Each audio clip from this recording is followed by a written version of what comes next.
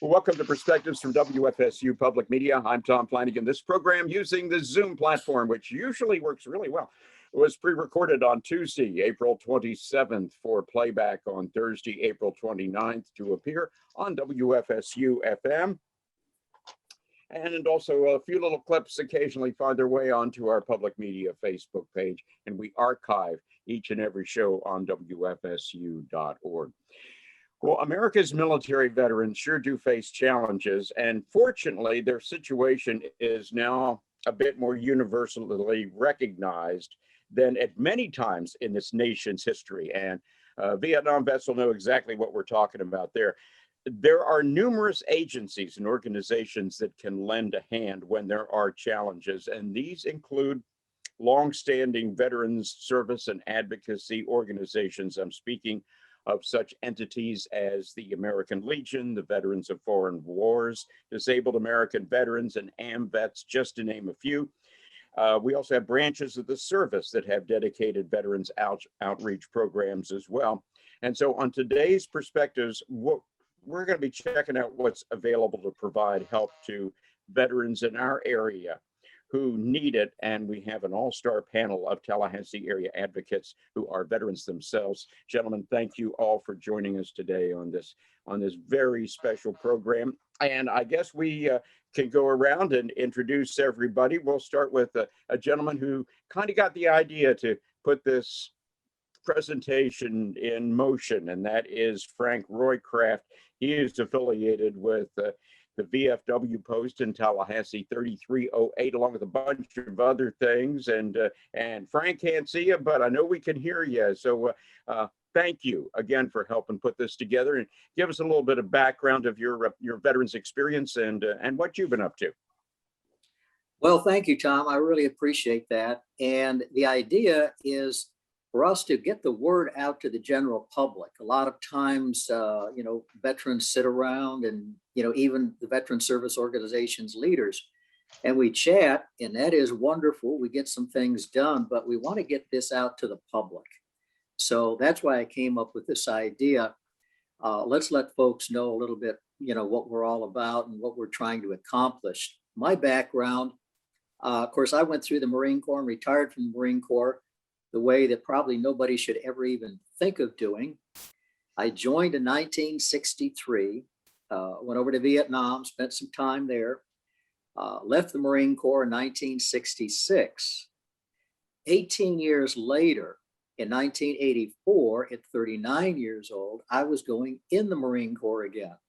People get out of the Marine Corps at 38. I'm going in at 39. So by the grace of God, I finally finished up in 2005. Most of that was reserve time. I did regular and reserve time.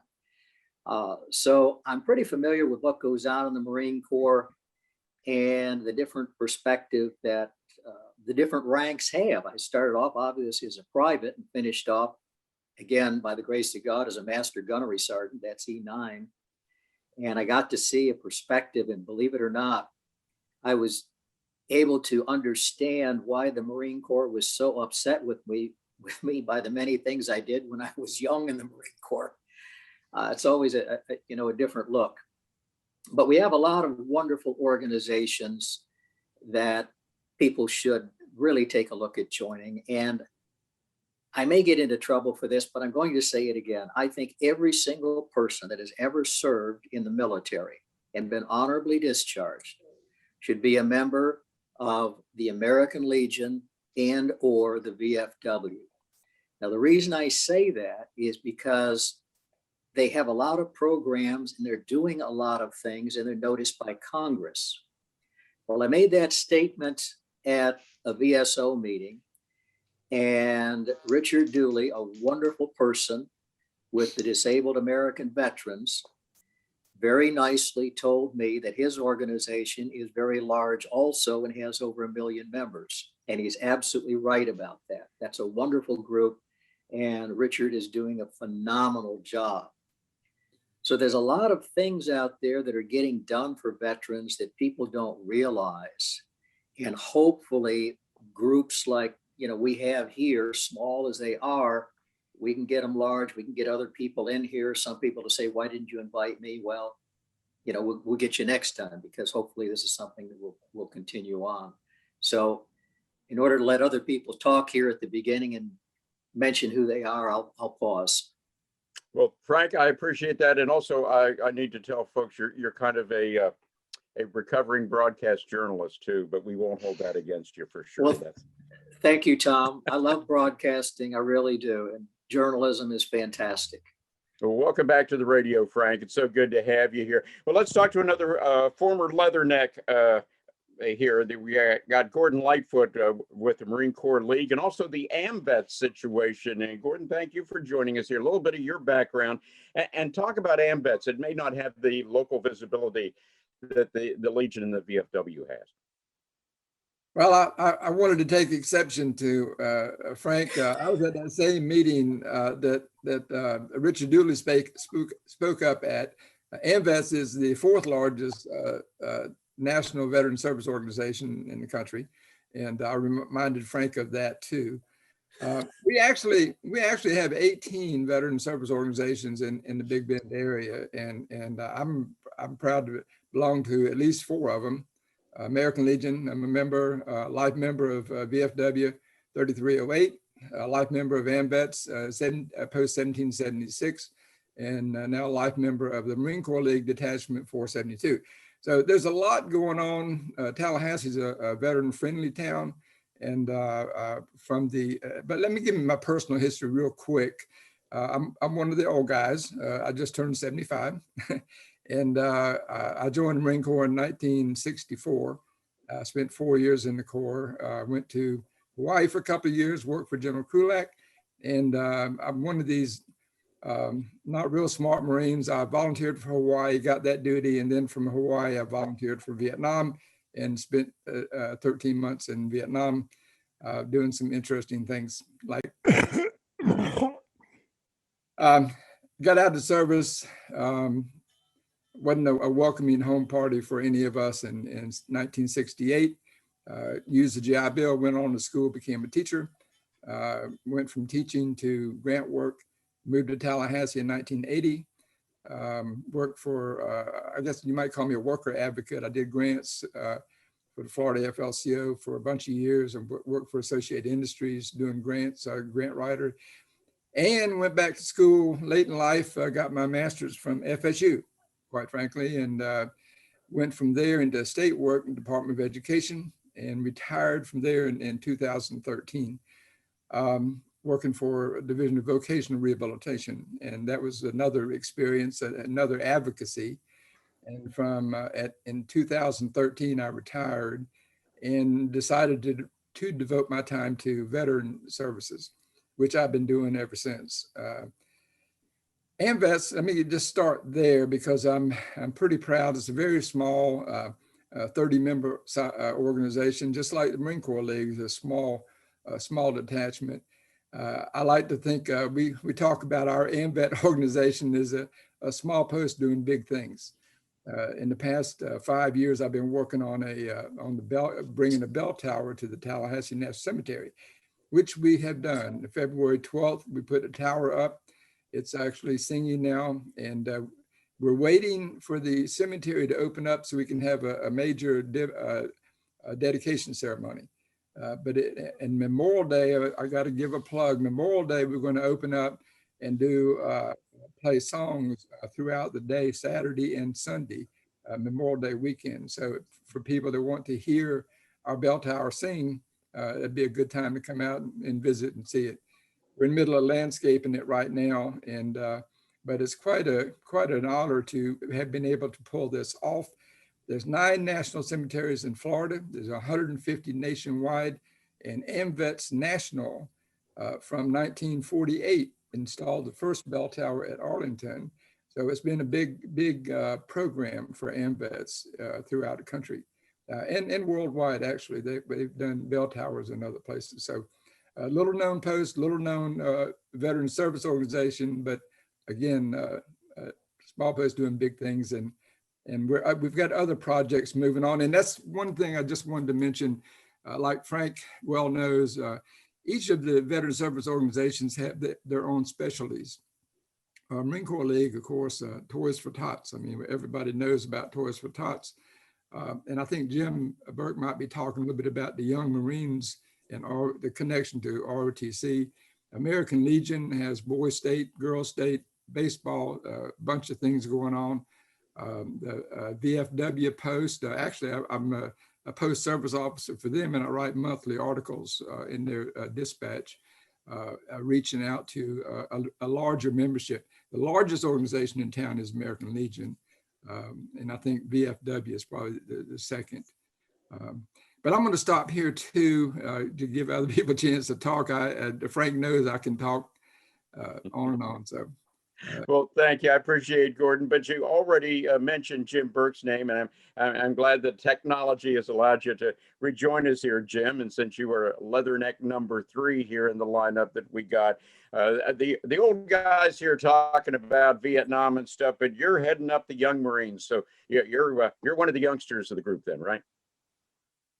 Well, yeah, I wouldn't say I'm a youngster, but my tour in Vietnam started in '69. I enlisted in '67, arrived at Paris Island on Friday, the 13th of October, 1967, and continued on from there.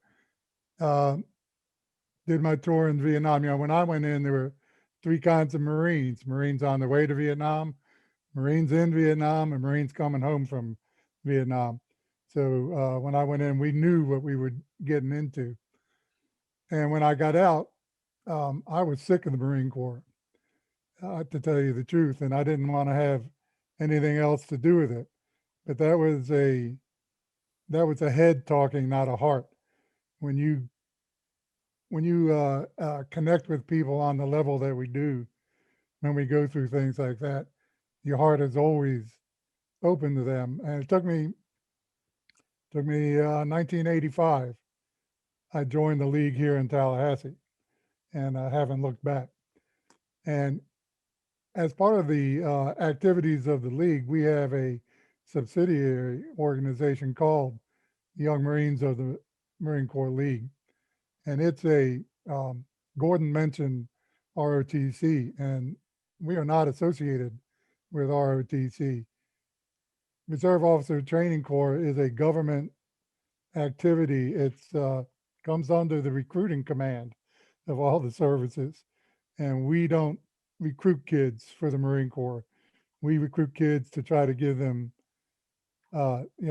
citizenship, discipline, some sort of idea of what they want to do with their lives. We don't want them rolling around the streets footloose and fancy free, because it's coming to them pretty soon. And a lot of the kids that end up in trouble because they didn't know what they were supposed to be doing. So the league created this organization back in 59. It was adopted nationwide in 64, and we haven't looked back since. I'm also the executive officer for the state of Florida regiment, and we have quite a few kids in Florida, and a lot of them have done well as they graduate, and they it's amazing how close they stay in touch. And it's also amazing how some of them get out of the nest and never look back, and you never know, you wonder what happened to that kid. And but it's a good thing to do. I've been in it 20 years, getting a little long in the tooth in the program, and but it's a it's a chore that gives you, just like being a Marine, gives you a deep down pride. And I enjoy doing it. I enjoy being in the Marine Corps League and listening to Frank. And we have a good time together. And I point out that, and I think Gordon pointed this out as well, that the AMVETS and the Legion and the VFW are the big, and the DAV are the big organizations, and that organizations like the League and maybe the Air Force Association, we're service specific, but still we want to bring in veterans that's our chore, is to make sure that we maintain that connection that we established out so many years ago. Which sometimes gets a little bit difficult as you operate over an intergenerational basis. And I want to get into that Yes, here.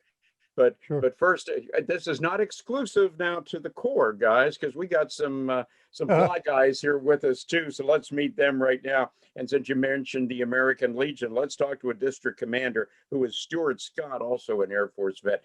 Stu, thanks so much for joining us on here, and talk a little bit about again the Legion and also the Air Force group, and we'll get some more on that from Tom in just a moment too. Well, thanks, Tom, for the opportunity to be on today, and thanks to everyone who set this up. The American Legion, probably one of the largest, definitely in the Tallahassee area. We were congressionally chartered by Congress in 1919, so we've been around a minute. And we've seen a lot of things.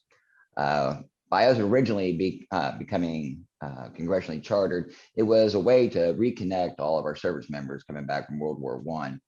And from then, we have not missed a beat, and continuing to bring our service members together to ensure that we have a place of commonality, that we can share stories and interests. But those interests have grown over the years, and we've now developed it into a many-faceted aspect.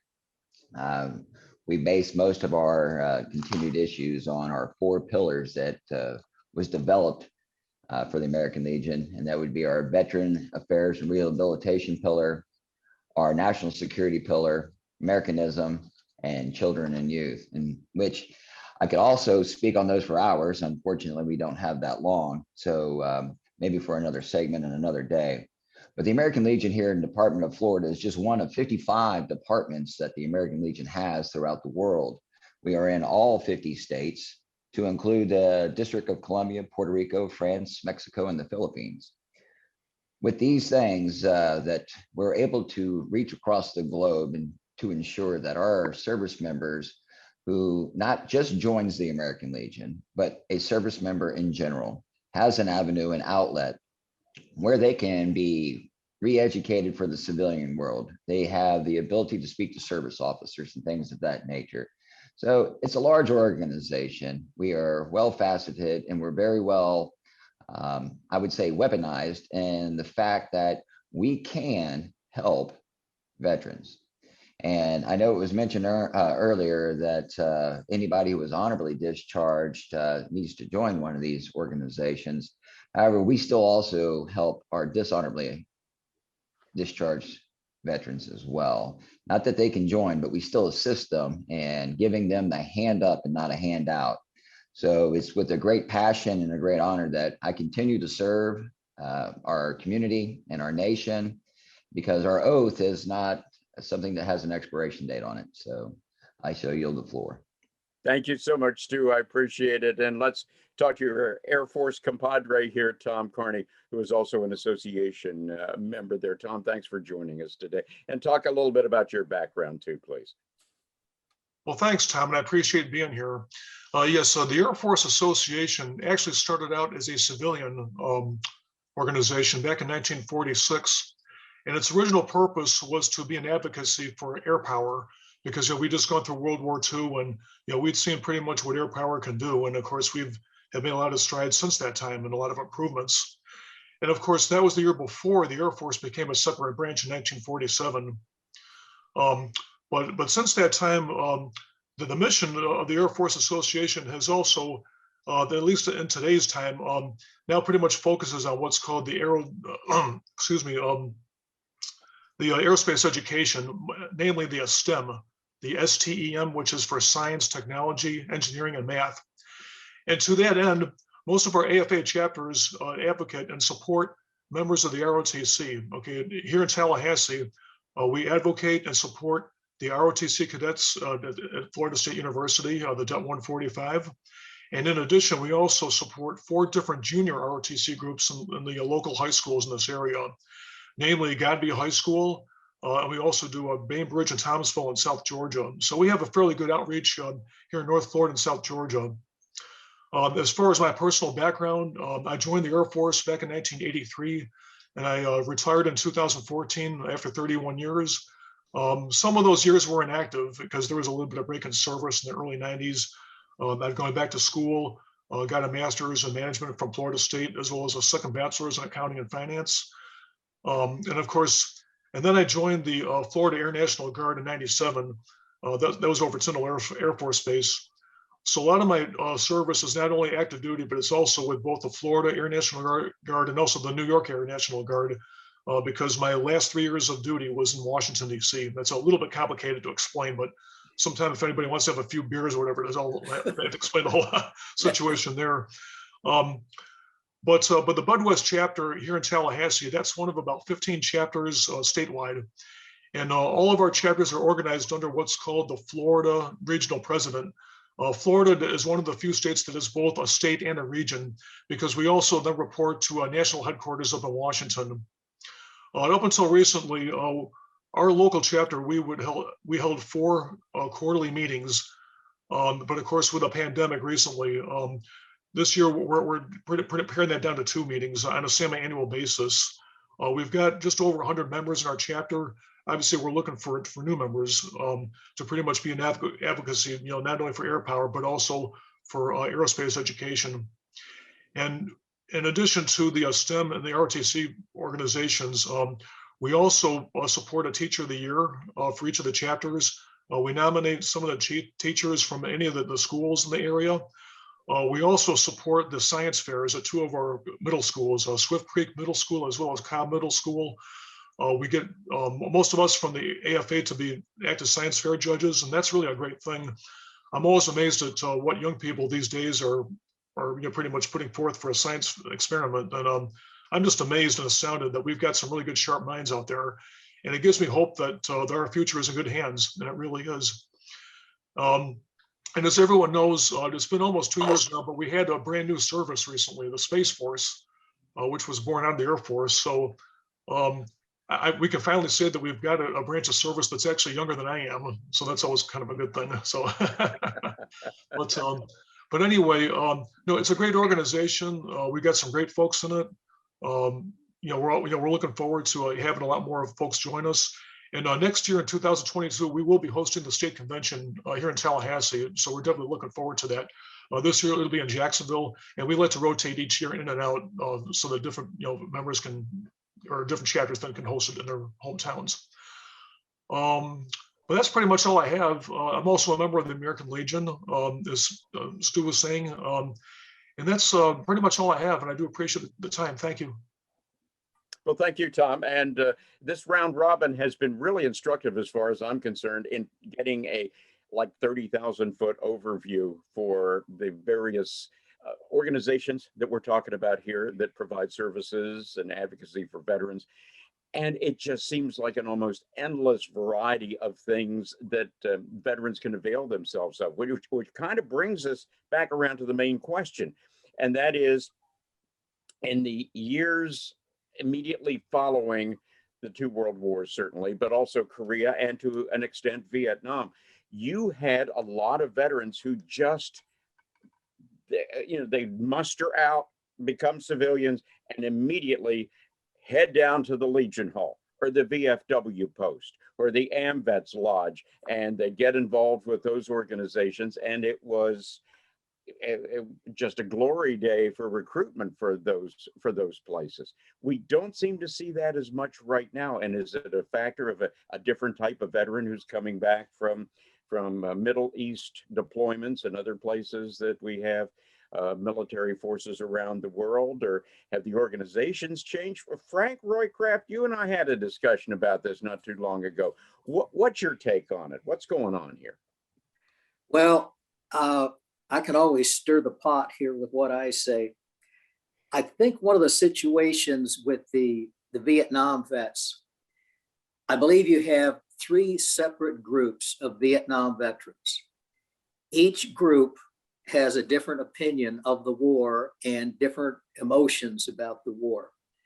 The first group, they were in roughly, say, going up to, say, 65, 66 time period, when the United States was going in there with advisors. We all hear about the Green Berets, and they were going into villages and setting up defenses against the Viet Cong.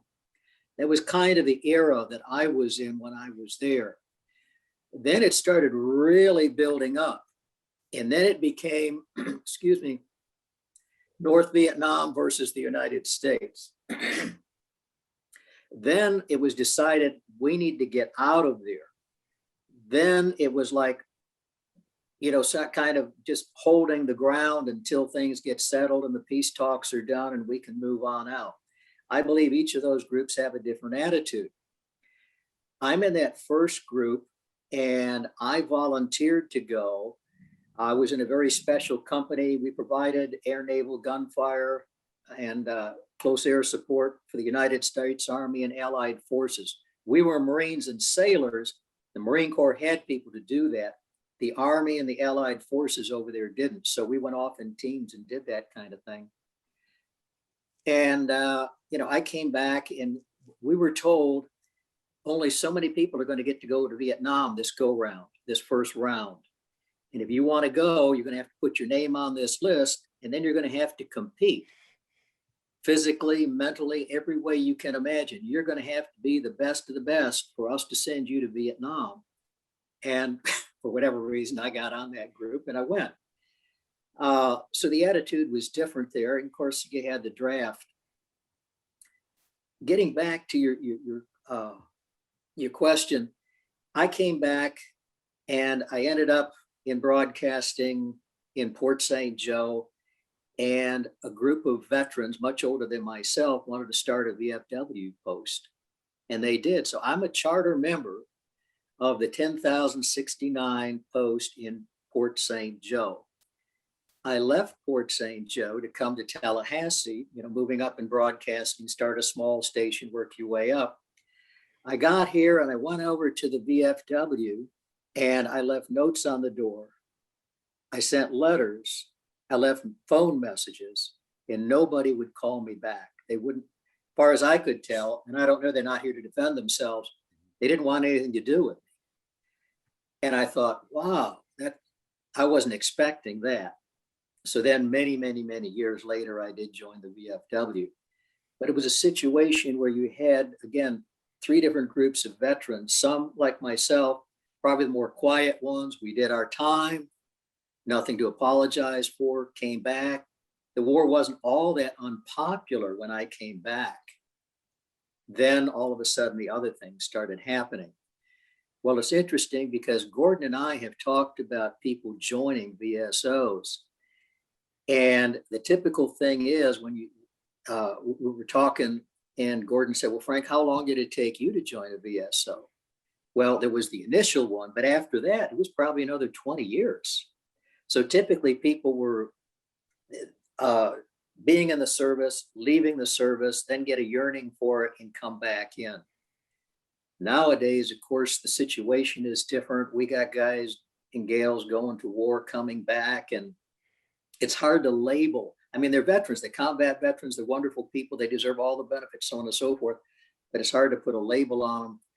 And our mission today, all the groups, is try to form some sort of contact with these people to get them to come in. And one of the things about the veterans, I want to make this clear. I went to graduate school at FSU late in life. I finally finished up around 70 years old. And I remember one day I was over there and I was registering for a class, and I'm there at the registry, and there was a fellow, he had a little rubber ball and he was bouncing it up against this wall. And it was kind of annoying. It really was. I kept thinking, what is with this guy? And I kept my mouth shut, thank the Lord. And eventually he turned around and he said, I hope I'm not bothering anybody. This helps me with PTSD. And the important thing for a lot of these folks that are coming back, they need somebody to talk to. And you mentioned, well, Frank, I hope the people can have success stories. Well, we have success stories. Certainly, I'm sure all the groups can mention some of this, but I want to mention this with the VFW, and I don't want to give the names away. We've got members out there.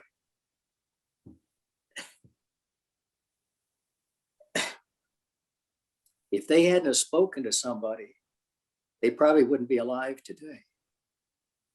So it's important for some of these guys to get in these groups and to talk and to get it out. Where if they don't belong to these groups, they're not going to go anyplace. They're not going to get any help. So all these groups are helping these guys in a lot of ways that kind of stay in the background, but they're very, very important. So I'll just kind of leave it at that. Let the other guys talk. Oh, okay, yeah, since you mentioned Gordon, is that your perception too, Gordon, that there maybe is a different political viewpoint on the part of some folks, or like Jim had mentioned this before too, you know, you muster out, and for a lot of folks, it's like, that part of my life is done. It's over. I don't want to think about it no more. And I certainly don't want to go hang out with other veterans. It just reminds me how miserable I was or bad experiences I had. What do you think? When I got out of the Marine Corps in 1968, I was raised fairly poor, and I saw enough in the Marine Corps, and I give the Marine Corps a lot of credit for my discipline and for my education. I jumped on the GI Bill. I ended up going to school, and I was too busy. I was raising a family, going to school, working two jobs. I didn't have time, and I wasn't even aware of the service organizations back then. I mean, it took my whole work career to be. I've always been a volunteer. I volunteered for Marine Corps. I volunteered for Vietnam. So that wasn't new to me. But the awareness factor, the public relations that we're doing nowadays, is a lot different than it was back in the 60s and 70s and even 80s. And I just think that, and I've got my son as a former Marine, and he's not a joiner. I've got nephews. My whole family's been in and out of the military, but they're not. I'm the only joiner, So it takes a special effort, number one, to take away from family, to take away from work. I mean, all these things we're doing. So when I retired is when I devoted myself to service organizations. The other thing, and Frank and I have talked about this quite a bit, is that we have other groups. Like I said, we've got 18 veteran service organizations. We have, to give a shout out to Claude Shipley, for example. He helps with the MOA, Military Officers Association in West Point. There's a lot of activity around helping young people get into the military. Most of these young people aren't real familiar with when they get out of the military, where they can go and what they can do. I write an article for the Dispatch for the VFW, and my focus for the past 5 years has been benefits to veterans, from cemetery benefits. I write about these things, and we have a limited audience. I mean, our membership is the one that reads these articles, but we have a beautiful VA clinic here. We've got a national cemetery here. We've got monuments all over town. It's a veteran-friendly town, but a lot of our youth, especially, a lot of our military might be going to school here, but they transition from school to work in other places. So it's hard, even if we've got, FSU's got a veteran organization. And some of those are members of our Marine Corps League, Chris Meinhardt. We have a brand new commandant at the Marine Corps League, Daniel Barber. I don't think he'd mind me mentioning his name, but he's an Afghan vet and youth. And we all of our organizations are trying to bring the youth in. And it's a big marketing campaign nowadays that we have to get more professional. Social media, things like we're doing today, make them aware of what's going on. I'm doing a military heritage program with AMVETS that will be reaching out to youth in high schools and church groups, youth groups, to teach them about the military history here in Tallahassee. One last thing, there's efforts, there's a group, and we're on the board for the new Dale Mabry Air Force Museum here in town. That's another effort. We've got the Camp Gordon Johnson Museum. If the young people visit some of these monuments to veterans and to the military, I think they begin to understand the history of it, and then associate that history with our veteran service organization. So we're all pretty busy, us old guys. Well, good points all, Gordon. And I'm thinking that as a follow-up to what you and Frank just said, and let me get you involved in this here too, Jim, maybe the more traditional paradigm of, okay, we got the Legion Hall and the VFW post and the AMVETs are over here and they have dances and social interaction and all that kind of thing. But you talk to someone like, and I will name check my nephew, who right now is being trained, even though he's in the Army, the Navy's training him over in Panama City. They're turning him into a skin diver who knows how to do welding or something. I don't know. I'll find out when I talk to him next week. But I knew we were going to do this program, and I asked him, I said, hey, well, you know the Legion Hall back home and these other things. You interested in that when you get out? I said, that's where the old guys go to drink. I'm not going to go there. Are you kidding? And so that seems like you got, as Gordon said, Jim, you got a little PR thing you got to overcome there with some of the younger folks to get them involved and to realize that these services are available without having to go out and hang out at the VFW or the Legion Hall. Right. You have to be where they are. And that brought to mind something that I read in a book about the wall in DC, and I think it's called The Things They Left. And you may know that people go to visit their family and friends who didn't make it home. And in one letter, there's a guy, a Marine, saying to his dead friend, he said, you remember those old guys in the funny hats that we used to make fun of? That's us now. And that, that's one of the things that we don't get across to the younger veterans is you're going to grow up, you're going to get older, and you're going to be us. We were you, now you're going to be us. And one of the things in the Young Marines program, instead of been doing it 20 years, so I've got longer than the war has gone on.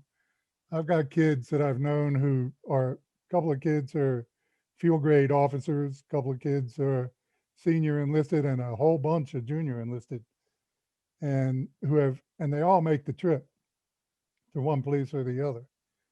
And they are just turned off by the disconnect. There was a sign that was an internet meme that was popular among the young service members that when the Americans send their troops to war, the rest of them go to the mall.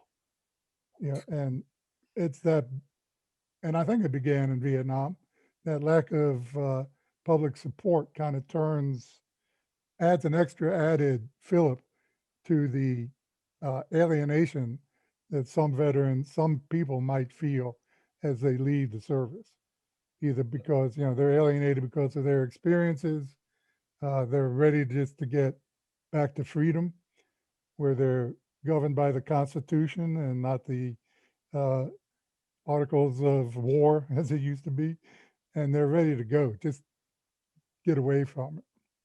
And most of the kids I have talked to, because we're trying to recruit to replace ourselves. I'm 72 in this Young Marine program. I'm not going over any obstacle courses to show them how they're done anymore. So we need younger people, and they're going, I don't know if I want to get involved in that, because now they're also building their own families, building their careers, and it's as you get older. Like as I said, when you mentioned how long did it take to join a VSO after getting out,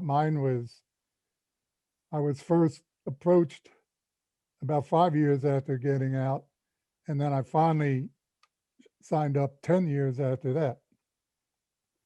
So, but of course, when I got out, the Marine Corps said in Okinawa, I left Da Nang, went to Okinawa, had a formation, gunnery sergeant called out, this is your MOS, fall in over here to the left. And he called out about a bunch of MOSs. And when he's done, he turned to the people that were on the right and said, okay, you go back to the barracks. Said, you people over here, you go back to the barracks, pack your bags, get ready to go. You're getting out. When you get home, you might want to check in with the VFW or the American Legion. And that was the extent of our talk out, brief out. Yeah. Heavy duty recruitment there. Yeah. You might want to talk to these organizations. They might be able to help you. And then it was home and 4 days later, hey Ma, how you doing? I'm home. And it was, Yeah. that was a really Guess who's strange thing. back? Yeah. Stu Scott, can organizations like the American Legion survive, though, given their long history and doing things in one particular way, since you've got all these new factors and younger folks coming along who may not really fit in with the way that things have been? I believe so. And unfortunately, a lot of these VSOs are the best kept secrets. And once someone finds these jewels of post levels and different things, they start to understand the camaraderie that happens. And, if we could put out a message to a lot of our younger veterans that are still serving, by the way, if you're serving now, you can still join. You don't have to be out of the military. That's another key factor that we need to drive home. And in 2019, the Legion Act was passed for at least on the American Legion side. And that is if you served at least one day on any Title 10 orders, which typically is going even to boot camp, that since 1943, you can join the American Legion, where there used to be only times of war that you'd be able to join. But through this interaction with a lot of our ladies and gentlemen coming back from different war structures, we have in Florida put together what's known as Project Vet Relief. And that alone stays in Florida. We're able to raise money and give money to a lot of our veterans and veterans families. But another portion of that is our Challenge 22 events. And that helps out with suicide prevention. And we've kind of touched base on that as well. All this to be mentioned that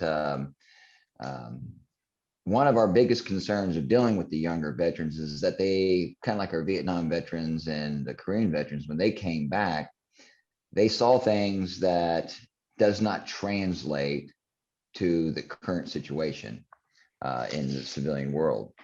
And we have programs set up in our service officers and things of that nature that can help these transitioning veterans or even the ones who are currently serving that may not have the benefits to deal with a lot of this and knowledge.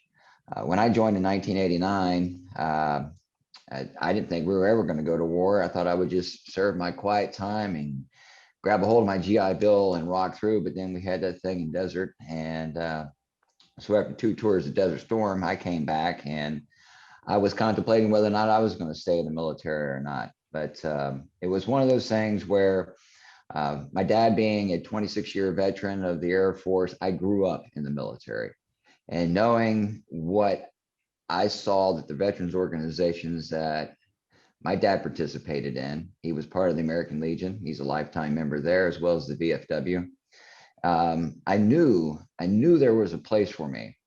And probably being one of the youngest, probably on today's panel, not even 50 yet, I got to say that it was a day about 7 years ago when I was at my local post over in Cherry Lake, which is in Madison, Florida. I understood that there was a calling for younger veterans to, one, serve at the department level so that we could get our point of views across to our aging generation. Although we're extremely grateful for how they have found and formed all of these VSOs, there is newer information, newer ways of doing things. There's definitely a different way to create outreach to our younger veterans that used to be things of the traditional picnic on the company grounds. That may have fallen off, where I think Jim had just mentioned it, where we need to go meet the veterans where they're at.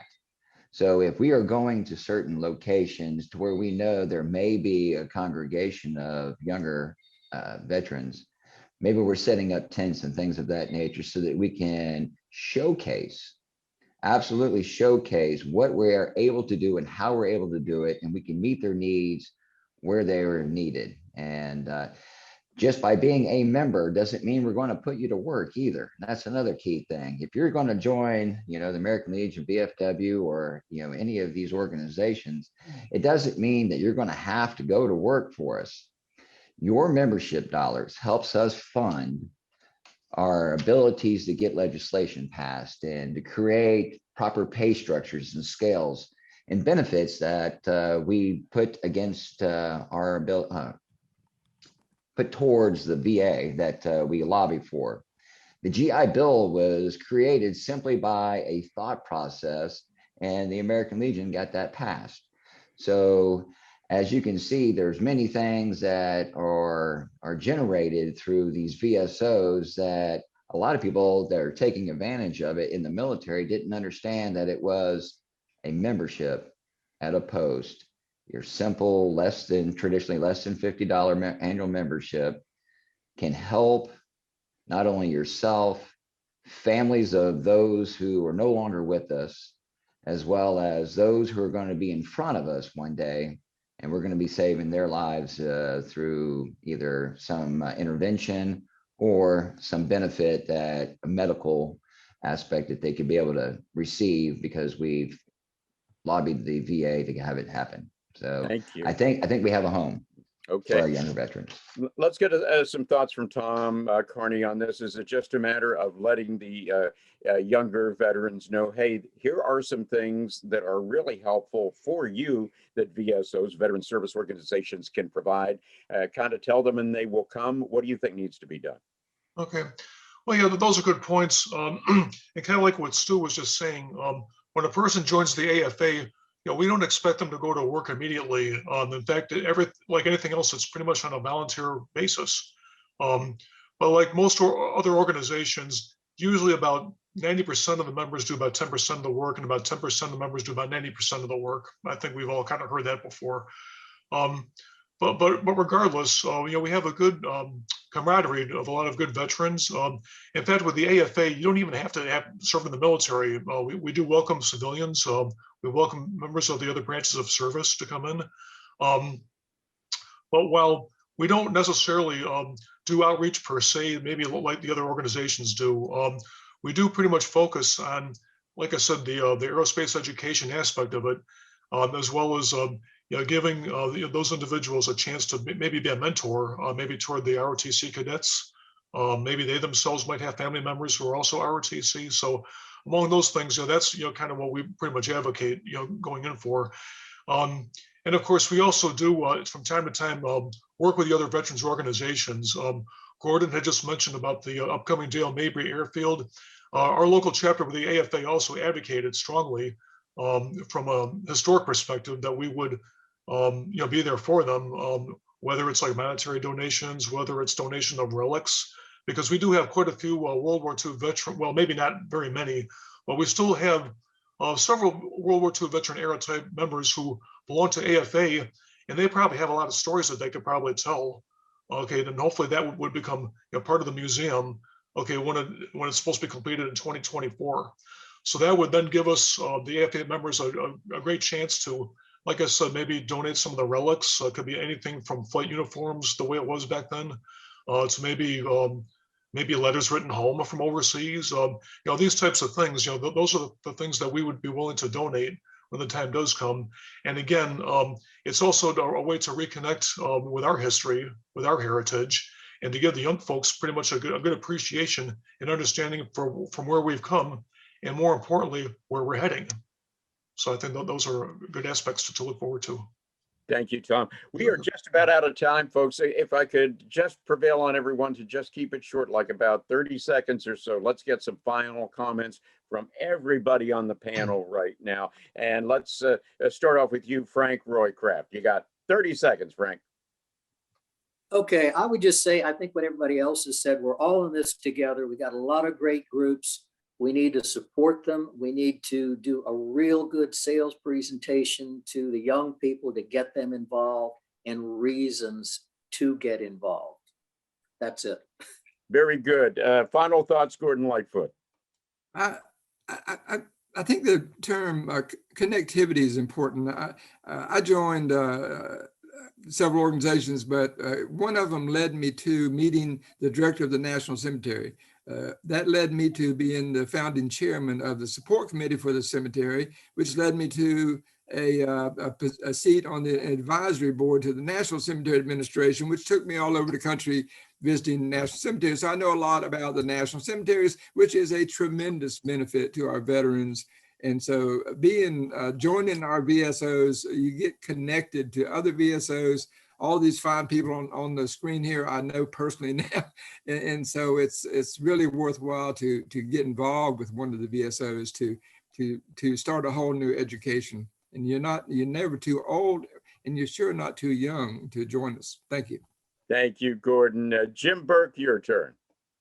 Okay, connectivity. I think that one of the big elements that we can lean on in trying to recruit new members among the younger veterans is service. So look, you guys are true volunteers. There's no draft. You didn't have to step up. Continue your service. The country needs you. Your city needs you. Your neighborhood needs you. And there is strength in numbers. Semper Fidelis. Oh. Bye. Good thoughts, Jim. Stuart Scott, your turn, sir. Well, it's forums like this that are definitely the needed thing, and that connectivity and understanding, and for people to understand that there's a place for you there. You provide and have a niche that every veteran service organization can utilize, whether it's logistical thinking, analytical thinking, hands-on abilities to fix something for a veteran. There's always something that you can do that's going to help your fellow brothers and sisters out that served, as well as helping their family members out. That's the one veteran that we always forget, and that is the spouses of our veterans, that they still need the help of our brothers and sisters. So we're here for the entire family. Just like the American Legion says, we're one family with the auxiliary and the Sons of the American Legion. We're one family, and we can help almost anyone that's out there. So find you a place, find you a niche, and find your home. We have a post locator, and we'll find you a location. Thank you, sir. Tom Carney, bring us in for a landing. Okay, very well. It's often been said that whenever we serve in an organization, we always like to leave it better than when we found it. And I think that that's true of all the members who are pretty much representing their respective organizations. And whether it's AFA, whether it's the Marine Corps League, whether it's American Post, what we like doing is to pretty much bring in members who not only have worn the uniform, but they also still have a vision. And the thing is, we need, strength in numbers, that they can pretty much keep that vision going and make improvements to the things that are already there. Because in some ways, you really never hang the uniform up. You still kind of wear it, even when we're in our post-military days and serving in these organizations. And it's really good feeling to know that you're surrounded by lots of folks from different backgrounds who have many different strengths, many different skills they bring to the game, so to speak. And it's really good to utilize their skills so that we can make this all a better place for everyone and their families. Gentlemen, thank you for a great discussion on VSOs, Veteran Service Organizations. And we hope that the folks who are listening here who have served, or maybe some who are civilians who want to get involved with a cause greater than themselves, will take advantage of that. Thank you all for being a part of Perspectives Today, which is produced by WFSU Public Media in Tallahassee. Taylor Cox, Paul Dam, Amy Diaz de Villegas, Brandon Brown, Tricia Moynihan, and Lydell Rawls helping us out there in the back shop, and our director of content, Kim Kelling, is our executive producer. I'm Tom Flanagan, and a criminal offense, especially if it's a felony, has traditionally meant a life sentence when it comes to things like finding a job or a place to live, and certainly a return to respectability in society. But now there are a multitude of service providers to help offenders get their lives back on track. We're going to talk about that next week, right here on Perspectives from WFSU Public Media. Take care.